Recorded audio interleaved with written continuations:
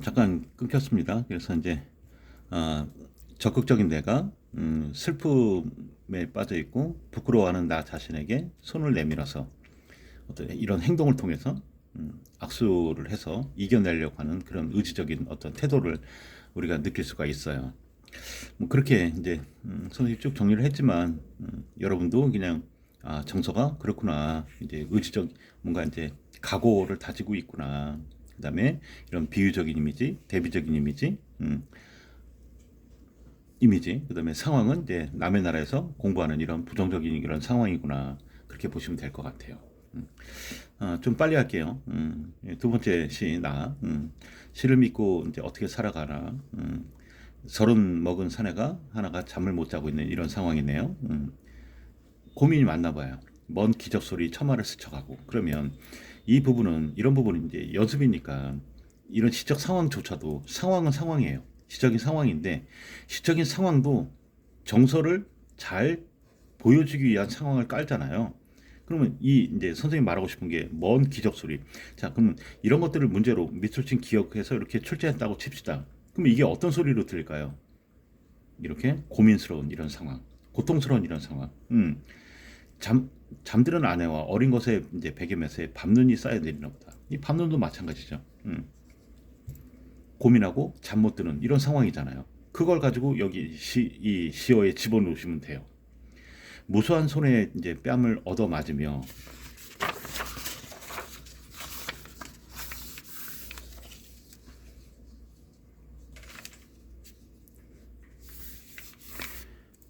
항상 늘 곤두박질 생활의 노래, 생활의 노래, 뭐 비유적인 표현이잖아요. 은유법이잖아요. 삶의 가난, 어떤 고통이 되는 거겠죠. 시인이 이제 돈 못 벌고 아내하고 자식 걱정을 하고 있잖아요. 생활의 고통을 이렇게 비유적으로 표현한 거잖아요. 곤두박질 치다, 서술어잖아요. 이렇게 이제 연결하시면 돼요. 지나가는 돌팔매, 고통이잖아요. 이제는 피곤하다. 먹고 산다는 것, 너는 언제까지 나를 쫓아오느냐. 먹고 산다는 게 이제 어떤 그 생활인데요. 이거를 이제 비유적으로 표현했잖아요. 의인법이죠. 너 나를 쫓아오는 이렇게 생활의 가난을 의인화시켜서 표현한 거예요. 등불을 이제 켜고 일어났는다. 담배를 피워문다. 쓸쓸한 것이 오장을 이제 내장 다섯 가지 내장을 얘기하는 거죠. 씻어낸다. 고통스러운 이런 밤이네요. 가난함에 대해서 이제 힘들어하는 그런 밤이네요. 그죠? 그다음에 이제 두 번째 봅시다. 노신이요, 뭐뭐요 이렇게 부르는 말은 이제 거의 영탄적 어조라고 생각하시면 돼요. 영탄적 어조 네 가지가 있는데 그 중에 첫 번째 거예요. 노신이요. 이런 밤이면 노신은 뭐 중국의 그 문화혁명 가이자 시인이에요. 그러니까 이런 반면 그걸 몰라도 상관없어요. 시인은 아까도 말했다시피 지식이 아니니까. 이런 밤이면 그대가 생각난다. 이런 밤 어떤 밤이에요? 가난함 때문에 고통스러워하고 고민하는 그런 밤이잖아요. 온 세계가 눈물로 젖어 있는 밤. 상해, 중국 상해입니다. 호마로라는 그런 길 이름이겠죠. 어느 뒷골목에서 쓸쓸히 앉아 지키던 등불. 이 등불이 나한테 솟아거리는데 또 의인법이죠. 근데 솟아거리는 내용이 여기 하나의 반복법이죠. 상심한 사람이 있다. 하지만 시적인 귀결이죠. 핵심 정서를 여기서 찾으라고 그랬어요. 굳세게 살아왔다. 그러면 똑같이 이 두 연이 이 표현이 같은데요. 젊은 시인이 고통스러워하고 있고 노신도 문학가예요. 시인이에요. 고통스러워합니다. 하지만 굳세게 살아온 인생이 있다. 이 마지막 줄 빼고 전부 다 고통스럽죠. 힘들죠. 하지만 이 끝행을 보시면 굳세게 살아. 하지만 이걸 이겨내자는 얘기죠. 그러니까 시인이 이겨내고 싶은 자기 자신의 어떤 의지를 표현하기 위해서 앞에서부터 쭉 전개를 한 거예요. 그러니까 얘도 이제 앞부분과 뒷부분이 좀 다르죠. 시상이 역전이 된 거죠. 그죠? 그래서 이제 정서를 이렇게 동그라미 친 부분에서 우리가 느낄 수가 있고요. 앞부분에서 정서가 많죠. 많은데 앞부분 전부 다 B예요. 이게 A입니다. 그죠? 그다음에 이제 이미지는 이제 비유적 이미지 그렇게 보시면 돼요. 어, 그다음에 이제 세 번째 것도 빨리 할게요. 연습이니까. 누군가 나에게 물었다. 시가 뭐냐고. 나는 시인이 뭐 때문에 잘 모른다고 대답했다. 시가 뭐 이렇게 이제 시가 뭔지 고민하는 그런 상황이네요. 서울의 무교동, 종로, 명동, 남산, 서울역. 구체적인 어떤 지명을 이제 서울의 지명을 대등한 것을 2개 이상 나열을 했잖아요. 열거법이에요. 이게 구체적으로 나열을 했다는 얘기예요. 열거법입니다. 해가 저물 무렵에 이게 어떤 시적 상황이 될 수 있겠죠. 시적인 상황이겠죠. 빈대떡이 먹을 때 생각나고 있었다. 빈대떡을 먹을 때 뭐가 생각나고 있었을까? 그런 사람들이 어떤 사람들이 여기서 이제 이 시장 안에 있는 사람들 엄청 고생돼도 순하고 명랑하고 마음 좋고 그게 이제 어떤 정서를 느낄 수 있는 부분이잖아요. 슬기롭게 사는 사람들, 음, 고귀한 것, 영원한 광명인 것. 이 사람들이 진정한 시인이네요. 그러니까 시가 뭐다, 시인이 뭐다가 이제 고민하다가 서울 여기저기 떠돌다가 시장이라는 이런 상황을 설정을 해서 서울의 어떤 시장 상황을 설정을 해서 거기서 이제 힘들게 사는 서민들, 장사하는 사람들을 통해서 순하고 명랑하고 만족해 또 슬기롭게 이런 사람들이 진정한 세상에서 알파 뭐 이제 시작이죠. 최초의 어떤 시작, 초기 인류를 얘기하고요. 고귀하다, 귀한 거죠. 영원한 어떤 광명 이런 사람들이 시인이에요. 그러니까 모르던 것을 알게 된 겁니다. 깨달음이에요. 모르던 걸 알게 된 건데 시인의 내용이 뭡니까? 순하고 명랑하고 슬기롭게 알파고 광명 다 얘죠. 얘가 전부 다 시인이에요. 그러면 여기서부터 여기까지가 전부 다 얘를 표현하죠. 그러니까 얘의 원관념이 전부 다 얘예요. 그러니까 이게 전형적인 은유법이에요. 은유법이니까 이게 또 역시 비유적인 표현이 되는 거죠. 시적 상황입니다. 시적 정서예요. 요렇게 이제 순하고 명랑하고 요렇게 살아야겠다. 이게 진정한 시인이다. 그걸 깨달은 거예요. 비유적 이미지. 그렇게 보시면 돼요. 그다음에 이제 문제로 이제 훈련을 하시는데요.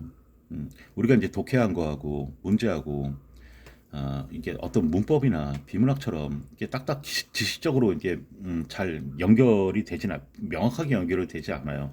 왜 그러냐면 우리가 이제 이 시를 통해서 어떤 시를 통해서 뭐 이 어떤 삶에 대한 의지든 어떤 그 순수한 것에 대한 깨달음이든 그런 것들을 전부 다 일반화해서 끄집어낸 거예요. 이끌어낸 거지. 이 시의 내용과 시의 표현과 어떤 주제가 일치하는 표현은 그 어디에도 없어요. 시 안에 주제를 써주는 경우는 없습니다. 그래서 예를 통해서 이렇게 이끌어낸 거예요.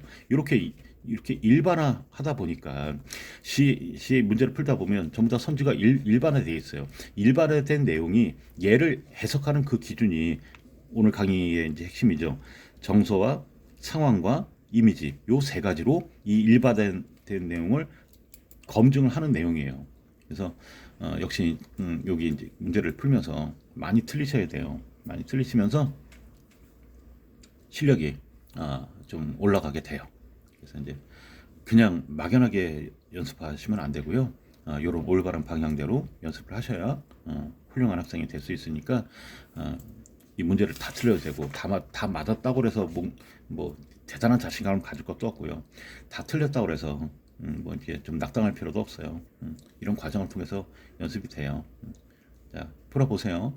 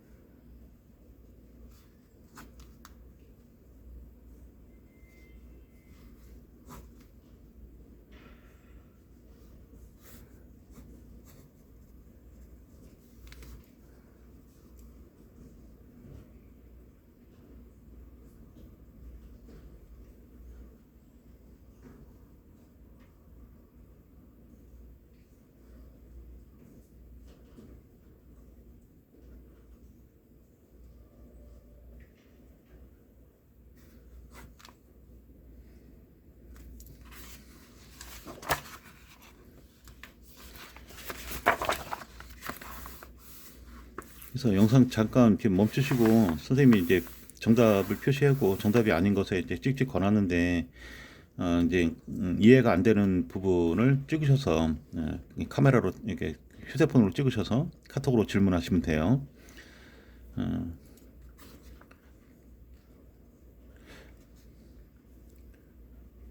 일단 다음 주에는 만났으면 좋겠고요. 이제 그 학교 중간고사 강의도 중요하지만 여러분들이 앞으로 공부하실 이런 내용도 중요하니까 사실 이게 더 중요해요. 그래서